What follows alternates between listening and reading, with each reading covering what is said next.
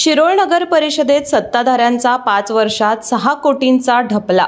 आंदोलन अंकुशचे धनाजी चुडमुंगे यांचा पत्रकार परिषदेत आरोप. शिरोळ नगर परिषदेत तत्कालीन सत्ताधाऱ्यांनी विकास कामाचे ठेके देताना अंदाजपत्रकीय दरापेक्षा 5% जादा दराने देऊन 5 वर्षात 6 कोटींचा ढपला पाडला आहे. तर विरोधकांनी गप्प बसून भ्रष्टाचाराला मुखसंमती दिली आहे, असा आरोप आंदोलन अंकुशचे प्रमुख धनाजी चुडमुंगे यांनी शिरोळ नगर परिषदेत पत्रकार परिषदेत केला.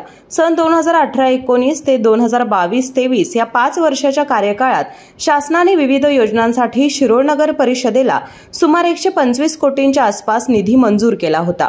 नगराध्यक्ष अमरसिंह पाटील यांच्याकडे 5 वर्ष एक हाती सत्ता होती. त्यांनी कार्यकाळात अंदाजपत्रकीय रकमेपेक्षा जादा दराने टेंडर दिले आहेत.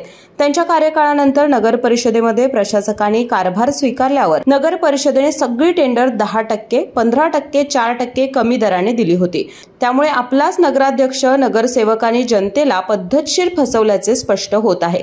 या संपूर्ण कारभाराची तक्रार जिल्हाधिकारी यांच्याकडे करणार असल्याचं चुडमुंगे यांनी सांगितले आहे. आणि जादा कमिशनच्या हव्यासापोटी आपल्या गावातल्या जनतेचं हे 5% प्रमाण सरासरी ह्या लोकांनी मागच्या 5 वर्षामध्ये फक्त विकास कामामध्ये 6 कोटीच्या आसपास हे पैसे ढपला पाडलेले आहे. त्याला ढपला म्हणा, भ्रष्टाचार म्हणा, खाल्लेले. आणि हे खरं तर ह्या जी लोकांनी निवडून दिलं होतं, ज्या उद्देशाने ह्या लोकांना निवडून दिलं होतं आपलं भलं करण्यासाठी, त्याऐवजी ह्या सगळ्या नगरसेवकांनी म्हणजे विरोधक असतील, सत्ताधारी असतील किंवा नगराध्यक्ष असतील, या सगळ्यांनी स्वतःचं भलं करण्यासाठी गावाचं तिने नुकसान केलेलं आहे.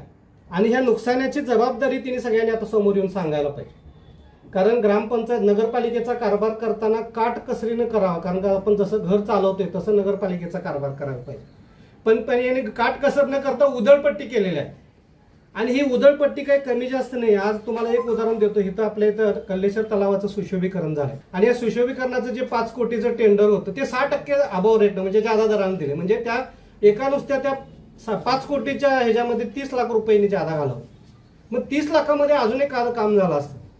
असं या 5 वर्षात जर हिने अभावनं दिलेली म्हणजे जादा दरांची दिलेली रक्कम आहे, त्यातनं जवळपास अजून 70-80 कामं यांना गावात करता आली असते. म्हणजे जे अजून भाग आपला इथं विकासापासून दूर राहिलाय तिची सुद्धा कामं झालेली असते.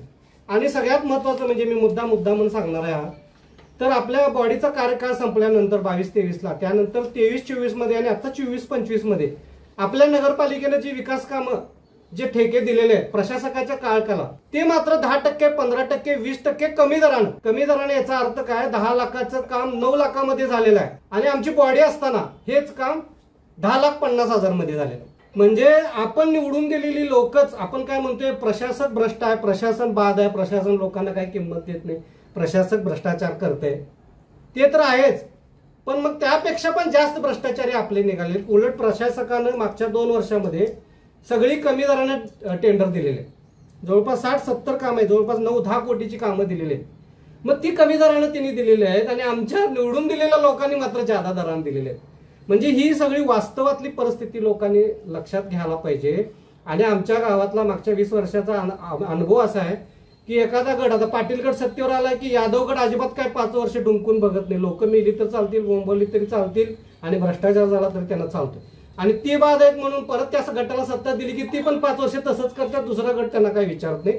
म्हणजे पाटील गट, यादव गट हे काही एका नाण्याच्या 2 बाजू, दोन्ही भ्रष्ट आहेत.